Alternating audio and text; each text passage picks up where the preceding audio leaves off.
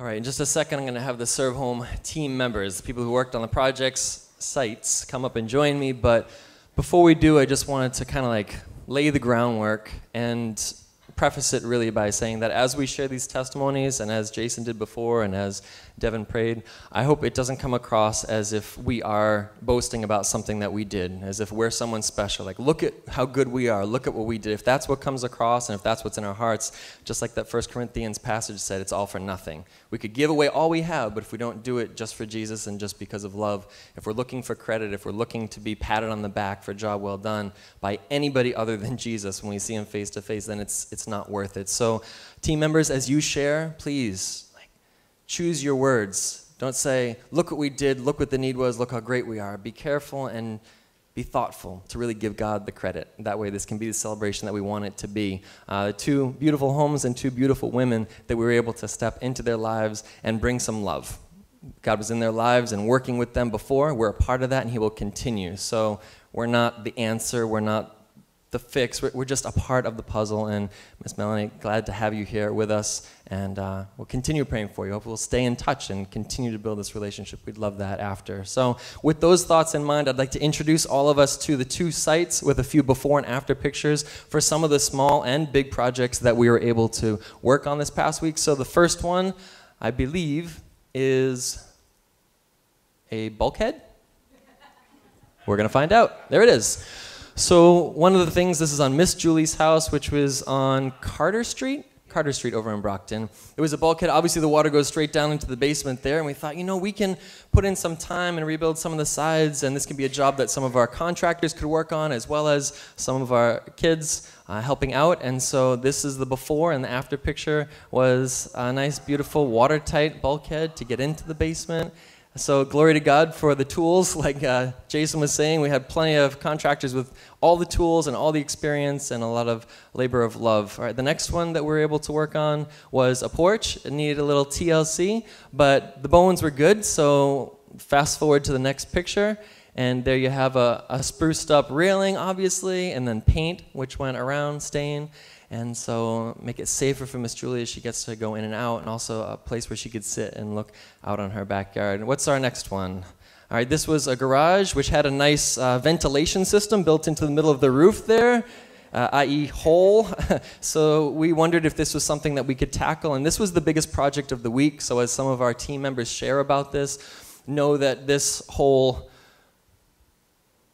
was kind of like the Red Sea. Like, will God part this? Can God do this? Can we do this? We had skilled people and enough hands, but just the scope of it and the time it takes to rebuild something like that was just quite a lot. And even by Wednesday, I think, there was still some big question marks over people's heads. Like, we're gonna finish it, right? I think so, can we? And so this was halfway through. This probably was about Tuesday or Wednesday, somewhere in the middle. And then the next picture is a new roof on the garage so that she can have storage in there and have it be safe, have it not be collapsing.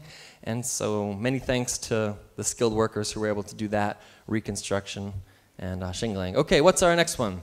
This is the backyard of the other property. This is over on French Street, and this is Miss Melanie's home. Miss Melanie, we're not going to embarrass you too much, but can you put up your hand? We're happy to meet you this week, sister, and happy to have you with us. You have a lovely property, but it just needed some hands, and we said, let's be those hands. And so we stepped in to clean up the backyard a little bit, did some mowing and some gardening. If you could put up the next picture. The fence did get finished on the other side, but it was just cleaned up, and along the back fence wall there were some flowers. So just a little bit of beauty to that corner of her property. What's the next project? This was an unsafe way of getting into her basement from the outside. It's all she had at the time, and again, some of our more skilled workers said, we can build some stairs into there, and they might be a little bit steep, but we can definitely get them in there. And so this happened on the first day. I was amazed. And Cody and a few others just blasted into this, Jim DeRocha, and that gave us the stairs so we could get in and out of the basement for the rest of the week working on things. All right, next picture. This was the porch. Again, some of the lattice just need to be replaced, but the bones were good, so we figured we could get some lattice and we could put some stain on it. And then by the end of the week, with a new coat of stain, it was a pretty little porch and safer. And one of the finishing touches that I loved, it's not in this picture, there's a couple of plants up on the deck there with some veggies and a little plant area. Just love, not just labor, right? Love and labor together. And it was a pleasure to work on. Is there any more from this project, guys? No, there isn't. So I figured before we have everyone come up and start talking about the things they did, give you that to kind of visualize where they were and what they did. And then after we've taken 5 or 10 minutes and had a chance to share some of what God has done, we have a video slideshow, which will be a lot of pictures of people in action. Maybe some people falling off of branches and swinging. We'll see where all those pictures go. People falling through roofs. I don't know. We'll see what got included in the slideshow. But if I could ask every one of the workers who worked on site to come forward, please. So Miss Melanie's team, Miss Julie's team. So this isn't, and we'll just kind of stand up here in a big mob, right on the floor level in a big mob. You can go behind the community table or in front of it, doesn't matter. This doesn't include the people who worked on food or all the extra things behind the scenes, but just for those who served on these sites, I wanted to give us a chance to pray over them and hear some of the things that God said to them. So yeah, if you split them in half, about half of us were on one side, half were on the other. And one of the things we were most excited about in this project was that there was no minimum age limit because we're running the project. So we just said there's no minimum age limit. And that enabled some of our younger kids here to participate. And that was a pleasure. It really was, to be able to work alongside your young child, to have them watching us work and be like, oh, people do this. Oh, this is what mom and dad are doing. This is a fun thing to do even though it's hot and sweaty. So I would like to just ask for a few of you, if you had one crystal clear memory, one God moment that you just want to share with the church, this is an opportunity I wanted to give all of us to share. It could be from a teen, it could be from the littlest one to the oldest of us, doesn't matter. But can we share a couple of stories with the church about what God did? Some of the memorable moments? All right. So on Friday, the last day, we were all scrambling to finish up our various jobs, and a lot of us were really, really dirty by the end of the day. And so we wanted to go in the house to do a little bit of cleaning up and kind of pick up some of the mess that we had made. But we were so dirty ourselves, none of us really wanted to go in and kind of bring more of the dirt. At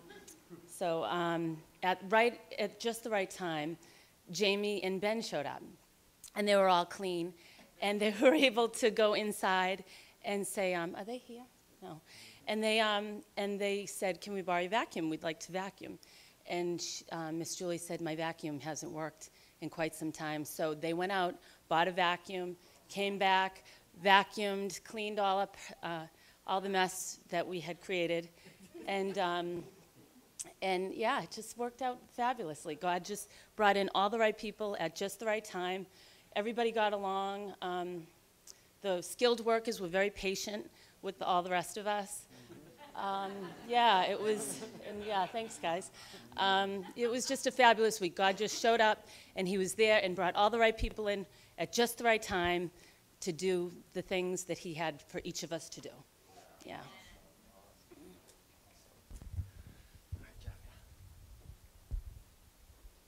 I was just blown away this whole week at just the youth themselves. I didn't grow up with a community like this, and just seeing how tightly knit you all are, and how you're just full of passion and joy, and you take care of each other and you have each other's backs, literally to the point of sharing poison ivy with each other. And but no, I've never seen people this young work that hard. You have 8-year-olds that are digging way more passionately than any adult that I've ever seen dig. And we moved 1.5 yards of dirt out of that basement, and it was all youth that did that, and digging up just the whole yard and putting up fences and roofs. You guys should be proud of yourselves. You really God showed up in you, and you guys are capable of anything. So anyway, it was a lot of fun and very inspirational. We kept saying on our site, we didn't ever hear a word of complaint. It wasn't there were moments where we all kind of faded or certain ones lost it. Everyone was just in it. Even when we were sweating, even when we said it's hot, it wasn't oh, it's so hot. It was, man, it's hot. But we're still with joy and still in it. No one quitting, no one giving up from the youngest to the oldest. It was impressive, the joy the whole way through. Anybody else, any stories we can share? A few more. How about site leaders? What was your perspective looking over your site, the people you worked with, the project list that you started with, beginning and end of week? Can either of you or both of you give us a little minute from your perspective? Oh, you've been volunteered, Cody. Excellent. I think from our side, kind of echo what Jeff said. Partway through, Monday, maybe into Tuesday even, really started to question whether we would get everything done as, working on that deck, power washing, sanding, scraping paint, started to kind of drag on, question whether we were going to finish, knowing the other projects that we had. And just the joy and the passion and energy that the whole team, all the youth brought, just really powered through. That's what I took from it. Can you pass it on to Josh? Put him on the spot. I feel like half the church is up here right now. But I want to do something. Anybody who had a hand in the week, period, stand up in your chair right now. Because I feel like there's so many more. It was really awesome to see everybody rally together and all the people that God brought in and placed in certain positions or just brought in at like a last minute and helped out. It was just truly amazing. And you kind of reached the Wednesday mark, and with a serious undertaking like a roof, ripping it off and putting a new one on, you kind of reach that Wednesday mark and you start to get a little nervous, like, are we going to finish what we started? And you never want to leave a project unfinished when you start. So you kind of get like nervous on Wednesday, but my favorite part was Friday, and I had mentioned that to some people, that seeing God just really move throughout the week through the teenagers and giving them energy, giving us energy, and to just keep pushing forward. And Friday, just all week long, all those pieces slowly coming together, and then Friday, everything clicking into place. And it was us, it was people who were standing up, and there are people that aren't even here today that were involved with it. And it was just truly amazing and awesome to see God working in all those powerful ways.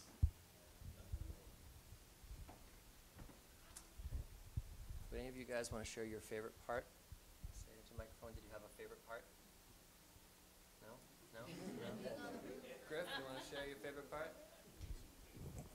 On day 1 into day 2, Griffin created a natural creature habitat out of a kind of box that we had there. And there were slugs and roly-polies and spiders and worms and ants. What else am I missing? Maybe that's it. Snails, right, and snails. So this young man was caring for all of God's creation while we were caring for the grass and the house, and that's what we talked about. One of those things, one of the things that Jacob preached on and that we discussed is that God's involved in redeeming all of creation. He's not just interested in our souls, although that's the thing he's most interested in. He's also interested in every creature. And he's not just interested in a home, he's interested in the land. And there's some extent that the whole world, like the earth itself, has been corrupted by sin. So it was kind of cool that we had a redemption of land as well as a redemption of place and home, as well as redemption of us, giving more of ourselves and seeing what God would do with that. It was pretty cool. So. Oh, good. Yeah, let's. Oh, Andy, let's talk about trees. Are they safe or dangerous? Okay, so I guess I'm going to talk a little bit about God sightings. I am a little bit experienced with construction and a little bit of tree service, but tree service, I went a little bit beyond what I should. I got up on top of a ladder this week, said, I still can't reach, so I climbed up in the tree and thought I'd take some limbs down. And I made my first cut, and the tree limb decided to come back at me and whale me in the knee. But by God's grace, I'm still standing here. It just caught me off the knee, it caught my balance. And just God kept us all safe this week. I know we had a few little injuries, so wherever Eli is, right there. I know you're hiding, but you should share too. But we were able to all push through. God kept us all safe, just with a little poison ivy, a nail through the foot, and a few other little injuries, but it went well. I'll put Michelle on the spot instead of Eli. Can you speak to that just a little bit? Well, Eli stepped on a rusty nail on day 1, and so he was mostly just disappointed because he wants to work. He doesn't want to be we ended up on Tuesday morning just going to a clinic, but the clinic really told us we should go to the hospital, which ended up being really unnecessary. So we spent all of Tuesday at a hospital instead of at a job site. And his foot actually was very infected on Tuesday, but by Wednesday it was not infected at all, or Thursday or Friday, and it looks fantastic now. It just hurts a little bit. But one more thing, actually, Josh shared this with me, and I'm going to piggyback on what you said, Sandra. When you needed a vacuum, Josh, that was on your list, right, when you went out? And so Josh, I heard Josh was at Lowe's, and I needed paint for the front of a garage, but I didn't have any. But I wanted to paint it so it looked nicer, and so I sent him a text of 3 different colors that I found, and I was like, find something like this at Lowe's. I need you to bring me back paint. And so because I'm adding to his list of like a million things he's already getting, he does bring me back paint, and it matches almost perfectly just with his eye, so kudos, nailed it. But he was supposed to get a vacuum for Sandra, but he forgot, probably because like other people were like, hey, get me this also. But someone right in time, right when he got back, had already got a vacuum. So it worked out perfectly. Yeah. Any others? 1 or 2 more maybe? I'll say something. Yeah. I think it was just the coolest this week seeing, again, we've all said this, but seeing everyone come together. Like God tells us that his church, his people are like a body, and he gives this analogy of how there's a hand and there's a foot and there's legs and there's all different parts of the body. And I think that was just so very real this week because everyone was doing different things and we all have different strengths or weaknesses, and the way we were able to come together and get jobs done that we just couldn't have done alone. Seeing even some of the littlest ones who we very much needed, like Griffin was able to crawl under the stairs to paint the lattice that was a small space, and it was like just his size, and so he was like the hand in that situation for that, and it was really just a blessing, I think, having all ages on site as well. I think one of my favorite little tiny moments was working all day and then coming back and we're eating dinner, and where's Eloise? Are you around here? Oh, she's downstairs. But I was sitting across the table from Eloise, who's just 5 years old.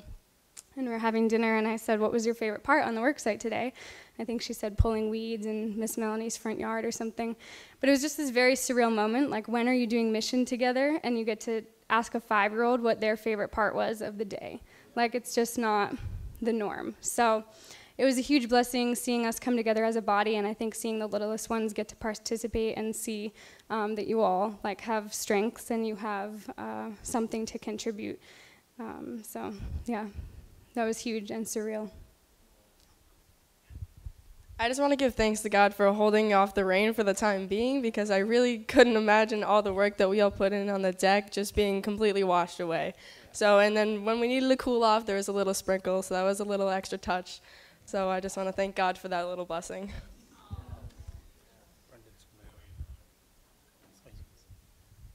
Anything else? Anybody else I feel like putting on the spot? No?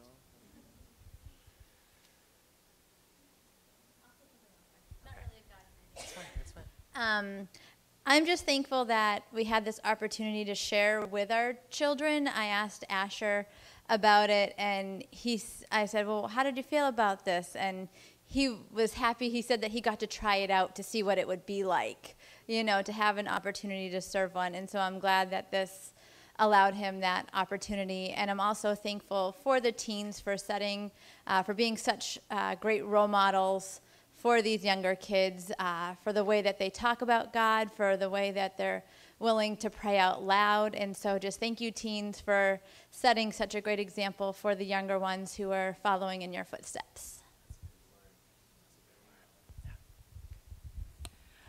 At Carter Street, we were very good at working and not so good at taking pictures. So we had to recruit Amy and others to come to cover us. But one of our little people, Hannah, got to climb up a 6-foot ladder with Patty behind her, protecting her so she could paint part of the overhang. And I said to Lisa, the mom, do you have your cell phone? No. So I said to Jack, you have your phone? Take a picture. So from where we were, all you saw of Patty and Hannah was this. And he's taking a picture of the back of their head. I said, Jack, no mother wants the picture of the back of the child. Go in front of the ladder, under the overhang, and get the picture of Hannah, the little 5-year-old, up on the ladder, smiling away, painting the slats. So, Jack, we got to work on it next time. Take faces, not. It's a little bit better actually than our work site because we had people painting each other's armpits on our work site. So she was at least painting the project. There was definitely some dry locking of armpits going on in the basement. The wall person. I'm sure you will see that picture up there on the slideshow. But it really was fun. We actually just had a great time sweating and had a great time working and had a great time serving. So that's how you know God was in it. It wasn't about whether it's hot or easy. Those weren't the goals. We were just there to love, and we loved each other well, I think, and God loved us well. And it really came together in just a miraculous way. So why don't I ask you, team, to have a seat again. I'll take you off the spotlight. And if we can get ready to cue up that slideshow, then let's go ahead and fire that.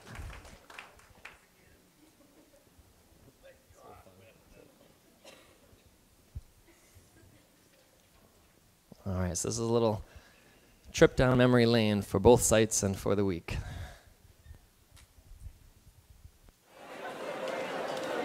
One, two.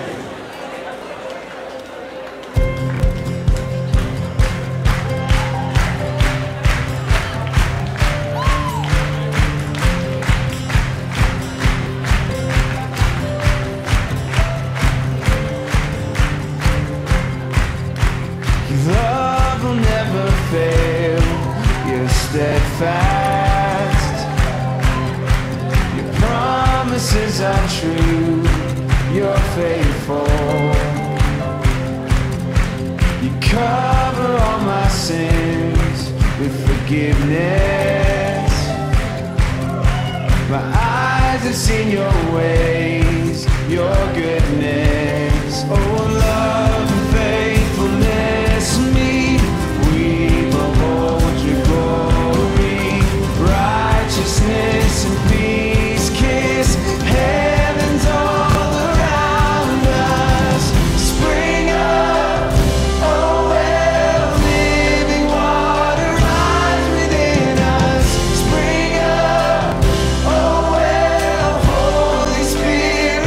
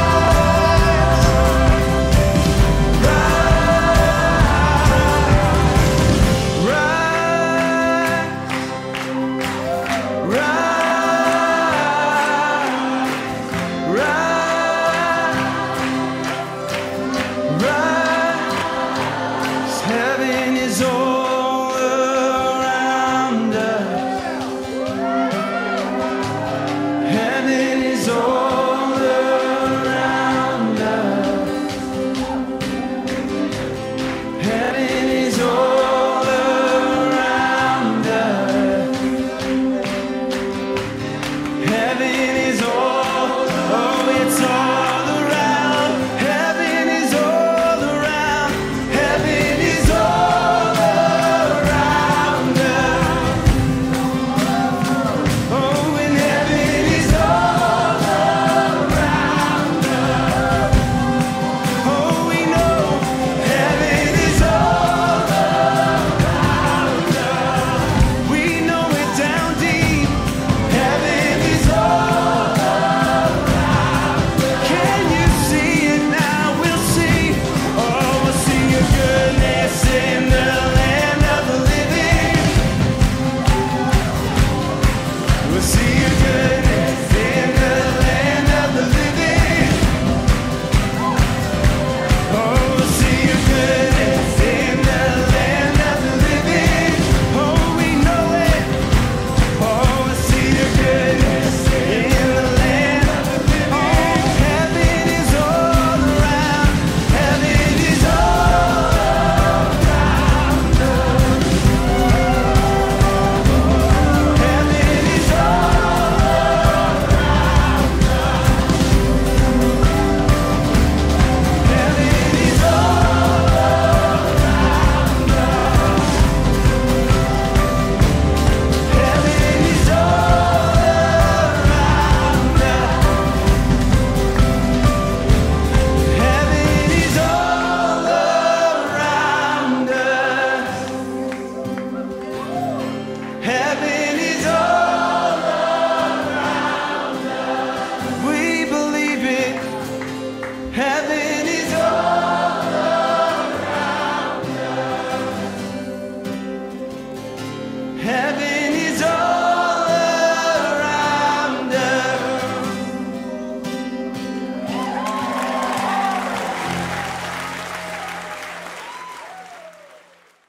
I was inspired this week by a thought that I kept seeing come up again and again throughout the week, where people had challenges that were unique to them, be it a nail and some hospital trips, be it poison ivy, be it weather and heat. There were different challenges for different people. Time away from work. Some people's challenges this week were using up vacation time that they could use for themselves to instead use those work vacation days to come and serve others. Some people sacrificed by getting very little sleep this week as they prepared for meals and work sites. Some parents sacrificed by having very, very, very tired children at the end of a long work day and celebrating day. Some children sacrificed by standing out in the heat in weather and with work that they had never done before.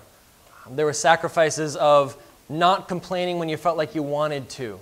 That just saying, no, that's not what we're here for. That sacrifice of just venting how you feel or sharing what's in your heart, to just let it go, to breathe, to move on, to find joy when you were uncomfortable.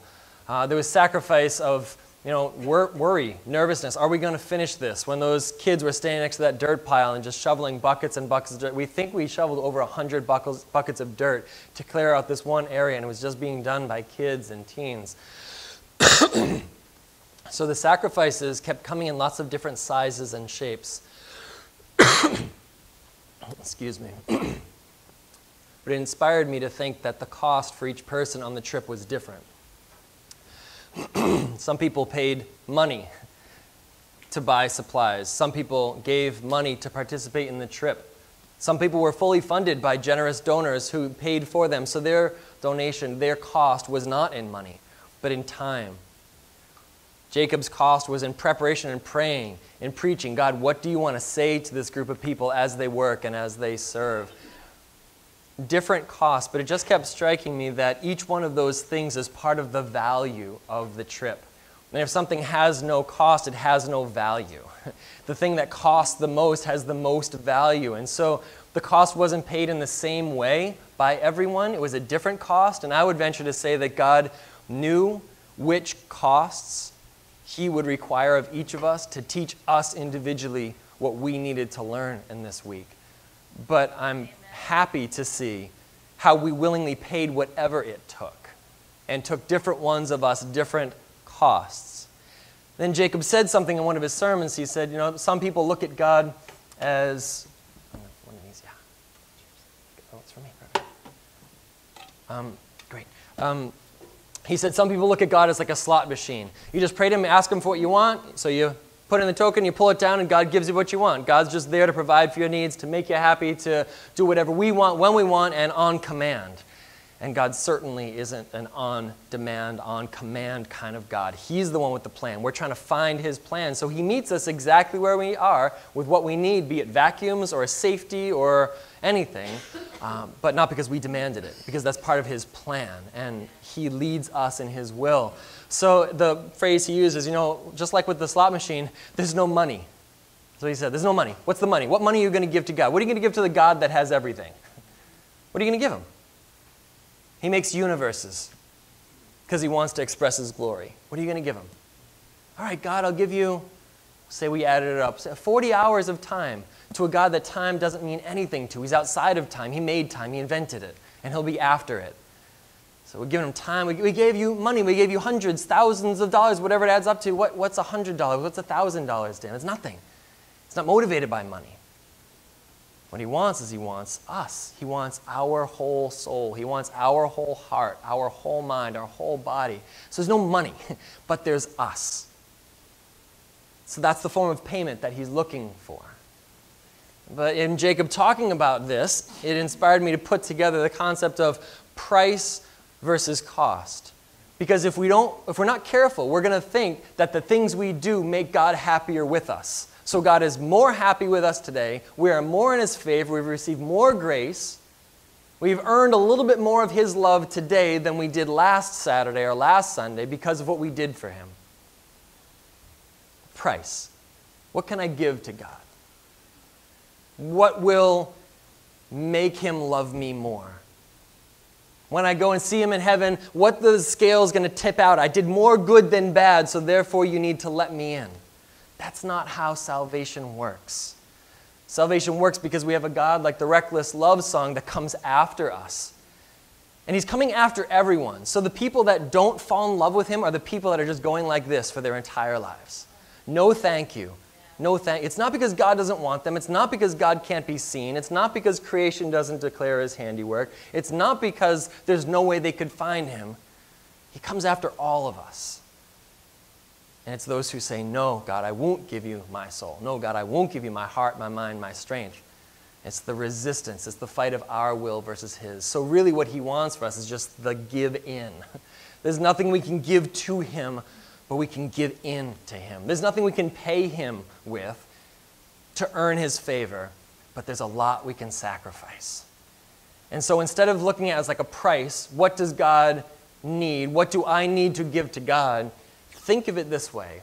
What will it cost me in the end to have loved and followed him all the way? And Jesus uses this exact metaphor. And I think it's perfect because it's a building metaphor. Who, before they start a project, won't count the cost to make sure that they can finish it. So I want to read you Jesus' parable, but be thinking about the fact that we didn't earn our way into any more favor with God. We already had all of God's favor, and we've got all of it now. What we did is we gave up more. And in giving up more, we got to experience more of his love, experience more of his joy, do more for him, but not earn more from him. Let's not think that we're more Christian than we were before, more saved, more holy. We're just growing closer to him by giving away more, dropping more, releasing more, sacrificing more. God's the same. And Jesus used this metaphor. He says it this way. He turned to the great crowds that were accompanying him and said to them, if anyone comes to me and does not hate his own father and his mother and his wife and children and brothers and sisters, yes, even his own life, he cannot be my disciple. Those are harsh words. What does it mean if you don't hate your family? Another way to translate hate is to disregard them or despise them or put them to the side. If anyone's not willing to put God in front of family, then what's going to happen in time is that family's going to come in front of God. And God's going to ask you for something. You're going to say, family first. No, God. God has to come first. Now, he loves your family, so his good is going to be for the good of your family. But when family, when marriages, when children come in front of God, we're not giving it all up to him. We're not giving him our whole heart, our whole soul, our whole mind, our whole body. We pay the cost of sacrificing for him no matter what it is, even the things we love the most, because all these things are temporary things in this world. He goes on, he says, whoever does not bear his own cross and come after me cannot be my disciple. So if we're not willing to count the cost, if we're not willing to carry our cross, and if you think about the cross that he carried, it was the thing that was going to be the end of him. It was the thing that was going to be the end of his body. But he knew it's just a body. His soul was not going to suffer. He was willing to go through physical pain for spiritual victory. He knew God would win even though the cross was painful. Different ones of us have different things that we need to nail to that cross, different crosses to bear. But ultimately, it all comes down to the same thing. What do we have that God wants us to say, you first, God, this second? Or you alone, God, I'm willing to drop that. I'm willing to give that up. So many people gave many different things. The cost was different. The cross is different, but it amounts to the same thing. So Jesus goes on, and here's our building metaphor. For which of you, desiring to build a tower, does not first sit down and count the cost, whether he has enough to complete it? It's not like, okay, here, God, I give you what I have, and then I've got what you're going to give me. It's the long game. We're looking to complete this life, walking in God's presence. We're looking to walk out of this life into his presence. So instead of an upfront charge, okay, great, here's a transaction. Jesus, I love you, come into my heart, here's my grace, and then live however I want. I'm not paying up front to earn your salvation. I'm promising you that whatever it costs me forever is yours. Everything I have is yours. My pride is yours. My ambitions are yours. My goals and dreams are yours. My family is yours. All my money is yours. All my health is yours. Everything's yours. And whatever it's going to cost forever till the end, that's what I'm promising. Not just I believe and now live my life. No, it's disciple. It's follow. It's carry. It's daily. And there's going to be an ongoing cost, and it'll be different. But that's what salvation is. Not just I believe in you, God, and we're done. I'm promising to follow you no matter what it costs. It could cost me everything, and that's fine. I want that cost to be great, because then it means the value of the thing is great. Look how much this cost. It cost a life. Wow, how much value must that have? Jesus goes on, gives another analogy. Oh, he finishes that one. He says, which of you desiring to build a tower does not first sit down and count the cost, whether he has enough to complete it? Otherwise, when he has laid the foundation and is not able to finish it, all who see it begin to mock him, saying, this man began to build and was not able to finish. Isn't this the mockery of the world on so many of us Christians? You call yourself a Christian, but look at you. Because we want to get all the benefits of God, but we're not willing to pay the cost of it forever. Count the cost and either commit to Christ and don't hold anything back, or face the fact that you're looking to just make a quick transaction and then have all the benefits no matter what comes next. That's not how faith works. Don't let the world mock us and say, yeah, you call yourselves Christians, but you're no different than the world. Your marriages look no different. Your finances look no different. Your healing looks no different. Your faith looks no different. Your hope, well, it should be different because we have Christ moving in our lives in the Holy Spirit, and we're willing to pay whatever it costs. There's no hold back. And when we get to a part and it's hot and it's hard, oh, this is part of the cost. We pay it again. We give up. We release more and more and more and more until Christ is just finished with us and has perfected us. But it doesn't stop. It's not a one-time transaction. It's a cost. Let's not be mocked by the world. Let's let them see us in our weakness. We're not perfect. We need God's grace. But let's continue to count the cost. Continue to pay whatever price. That's what will win someone over. They don't need to look at a Christian and say, oh, there's a perfect person, because they can't relate to that. But they can look at a Christian and say, oh, there's someone who failed. But wow, they got knocked down, but they got back up again. It looked hopeless, but then there was victory at the end. That's the difference. We're following and we're not giving up. So we give God a chance to show up with the miracle that's right around the corner, because we didn't quit when things got tough. We're just committed to the long haul, the completion of the project through his grace and through his strength.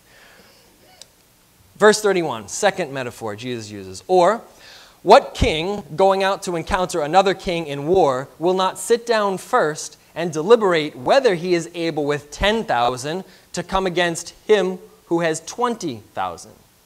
And if not, while the other is yet a great way off, he will send a delegation and ask for terms of peace. So therefore, any one of you who does not renounce all that he has, cannot be my disciple. And these are his last two thoughts. He says, salt is good, but if salt has lost its taste, how shall its saltiness be restored? It is of no use, either for the soil or for the manure pile. It is thrown away. He who has ears to hear, let him hear. We were so salty this week. We were sweating. We were salty this week because people saw us loving each other. We were salty this week because when we walked away, there was some love that got left behind. We were salty this week because properties and homes can reflect God's story of redemption and reclamation and renewal. Physically, we got to see things go from before to after. We got to see ourselves go from nervous to proof positive of what God will do. We got to see ourselves come from, I've never done this, to, I saw God do that. It's great. We were so salty this week. Don't lose that saltiness. This missions trip is not your once-and-done experience with God. This is not your transaction where you say, I've done that, I've been there, God has that, we're good. This is supposed to be a taste of what we can do every day. And when we're in school, and when we're in work, and when we're in church, be salty. Keep talking Jesus' love. Keep showing it. Find your next door neighbor whose weeds are probably just as high as the ones we mowed this week. Why not just walk over to your next door neighbors and start mowing? Why can't we do that? We can, but we expect it to be this kind of like church run, one time, Jesus thing. It's not that way. And if any of us were here hearing Jacob preach, we know that. Discipleship, mission of God is every day, all the time. And so I challenge you to think about it not as a price, not something you can give to God. We didn't give to God anything that he didn't already have today or this past week. But it cost us everything we had to do what he wanted to get done. He used us, and it was beautiful. And there's going to be things that he wants to use you with tomorrow.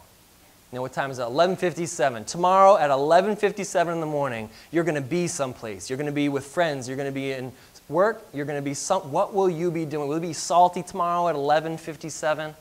I hope so. That's our mission. If we've learned anything, I hope that it'll be that. We've been called to be like this all the time. And I'm just so happy to be a part of seeing how everyone committed themselves to it. But let's not take this as the way that we earn God's favor. Let's just say this is what it cost us to be his disciple. And what a great cost, so what great value, what great work he did this week through us. Keep being willing to count the cost and give it and pay it. Let's say a quick prayer and let's take communion together, brothers and sisters. Jesus, may your ultimate sacrifice inspire us to make small and great sacrifices.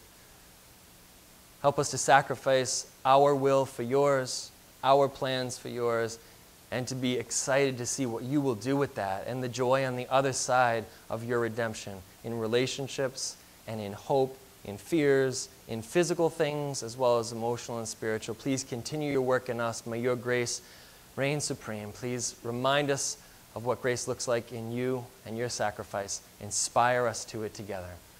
I pray in Jesus' name, amen.